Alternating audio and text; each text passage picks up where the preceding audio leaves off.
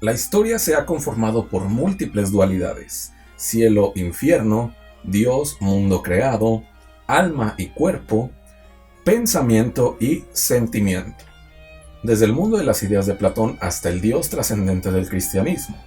Sin embargo, ¿qué pasaría si, en lugar de dualismos o en lugar de buscar múltiples elementos constituyentes de la realidad, pensáramos solo uno, una sustancia infinita y divina, que, por su infinitud, lo abarque todo, que se identifique con la naturaleza y con los seres finitos?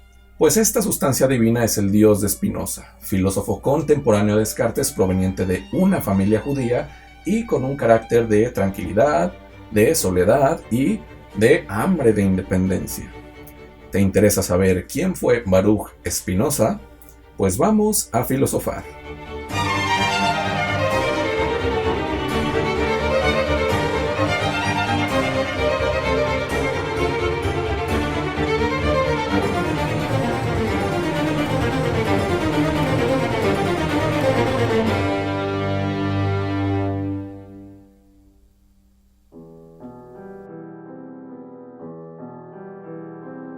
¿Qué tal, mis queridas filósofas, filósofos, filósofes? Yo soy Gerardo y el día de hoy veremos la vida y algunos aspectos esenciales del pensamiento de Baruch Spinoza, un filósofo que desde hace mucho tiempo quería leer por la singularidad de su obra y de su forma de ser, por las dificultades que sufrió y por su origen judío. Pero antes que nada, si te gusta y o interesa la filosofía, te invito a que te suscribas a este canal, el cual está hecho para todas aquellas personas que jamás han tenido un acercamiento a este campo del saber.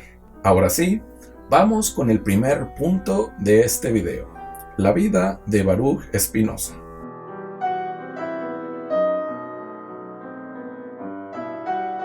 Baruch Spinoza nació el 24 de noviembre de 1632, en Ámsterdam. Su familia provenía de judíos portugueses, los cuales habían emigrado a Holanda a finales del siglo XVI. Al llegar a Ámsterdam, sus antepasados profesaron el judaísmo, por lo que Spinoza creció en una educación judía y en una comunidad judía. Su idioma nativo era el español, pero también aprendió portugués, latín, griego, se familiarizó con el francés, el italiano, el hebreo y el holandés. ¿Cuántos idiomas, no? Y yo sigo sin poder con el inglés. Se adentró en estudios del Antiguo Testamento y del Talmud. El Talmud es un libro que recoge discusiones de rabinos sobre varios aspectos de la comunidad judía, como leyes, costumbres, códigos, historias, etc. También estudió algo de Cábala, la cual es la interpretación mística del Antiguo Testamento, y leyó a filósofos judíos como Maimónides, un filósofo medieval. Un cristiano llamado Francis van den Ende dirigió los estudios de Spinoza sobre Descartes y las matemáticas. Al ser joven, Spinoza tuvo dificultades para adoptar una lectura judío-ortodoxa del Antiguo Testamento y, por estas dificultades, fue perseguido, acusado de herejía y solemnemente excomulgado en 1656, cuando tenía 24 años. Esta excomunión significaba la total exclusión de la comunidad judía. Para sobrellevar sus gastos, adoptó el oficio de pulidor de lentes para instrumentos ópticos, trabajando especialmente para su amigo Christian Huygens, un científico con intereses en astronomía. Gracias a esta profesión pudo vivir tranquilamente y estudiar filosofía. Después de trasladarse a La Haya, fue visitado en 1676 por Leibniz, un famoso y gran filósofo racionalista. A pesar de ser estudioso y filósofo, Spinoza nunca ocupó un puesto académico. Lo más cerca que estuvo de hacerlo fue cuando le ofrecieron una cátedra en Heidelberg, pero la rechazó con tal de conservar su completa libertad. Spinoza además nunca fue un hombre con gusto por la actuación en público y la atención. Spinoza murió en 1677 debido a la tuberculosis y a consunción, cuando apenas tenía 44 años de edad. Al morir dejó inconclusa su obra Tratado Político. Entre las pertenencias que dejó, únicamente se enlistaban una cama, unas mesas pequeñas, su equipo de pulir lentes, unos 150 libros y un ajedrez. Poco tiempo después de su muerte, las obras del filósofo se colocaron en el índice de libros prohibidos de la Iglesia Católica. por considerarse perniciosos para la fe. Durante la vida de Spinoza solo se publicaron 2 de sus obras, y una de ellas sin su nombre. Esto debido al revuelo que su tratado teológico-político causó por su crítica de la religión. La primera de sus obras publicadas en vida fue la Exposición de los Principios de Filosofía de Descartes, la cual apareció en 1663, y la segunda fue su Tratado Teológico-Político, publicado anónimamente en 1670. El resto de casi todas sus obras fue publicado como ópera póstuma poco después de su muerte, incluyendo los títulos del Tratado sobre la corrección del entendimiento, la ética demostrada según el orden geométrico y el Tratado político. Sin embargo, casi 2 siglos después, fue descubierto su breve tratado sobre Dios, el hombre y su felicidad, en el año 1851. La filosofía de Spinoza es muy compleja y la obra más importante que la representa es la ética demostrada según el orden geométrico. Podemos llegar a reconocer como la idea principal de su filosofía la de concebir una sola sustancia divina infinita, identificada con la naturaleza y con Dios. Esta idea es demostrada geométricamente en el libro mencionado, en la cual toca temas de Dios, de la naturaleza y del origen de la mente, el origen y la naturaleza de las emociones y el poder del entendimiento o libertad humana. Esta obra está conformada por axiomas, definiciones, postulados y corolarios. Las influencias filosóficas de Spinoza fueron varias. Primeramente, aunque muchos hayan tratado de negarlo en varios momentos, es clara la influencia de Descartes en la filosofía de Spinoza. Para empezar, Spinoza se dedicó a estudiar a Descartes desde antes de conjeturar su pensamiento. Encontró también como carácter de verdad la claridad y la distinción de las ideas, de la misma manera en que Descartes la encontró en el método geométrico. Sin embargo, esta influencia cartesiana no se refleja en el contenido de su filosofía, sino en el método de la misma.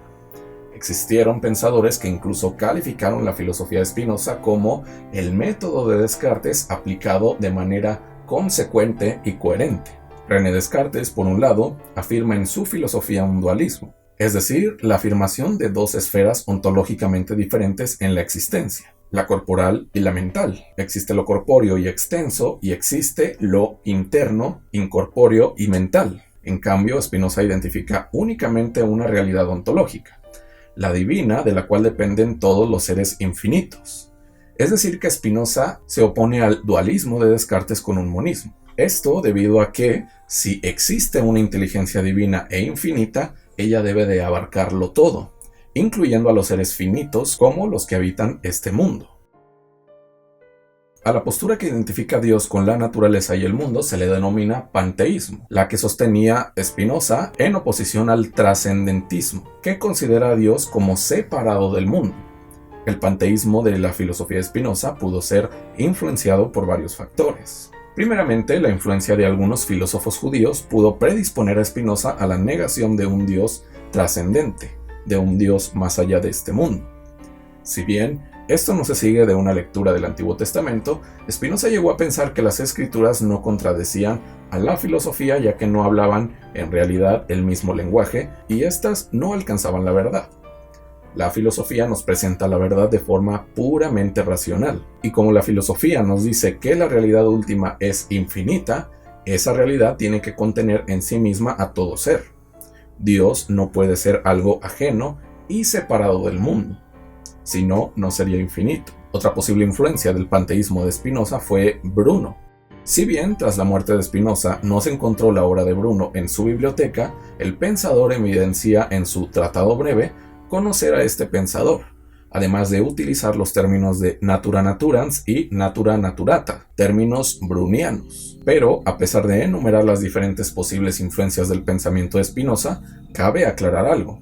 Su filosofía es extraordinariamente original. Asimismo, no puede catalogarse a Spinoza como cartesiano o bruniano, debido a las enormes diferencias que tiene con ellos. Su filosofía no pretende ser la mejor filosofía, sino simplemente la filosofía que conozca la verdad.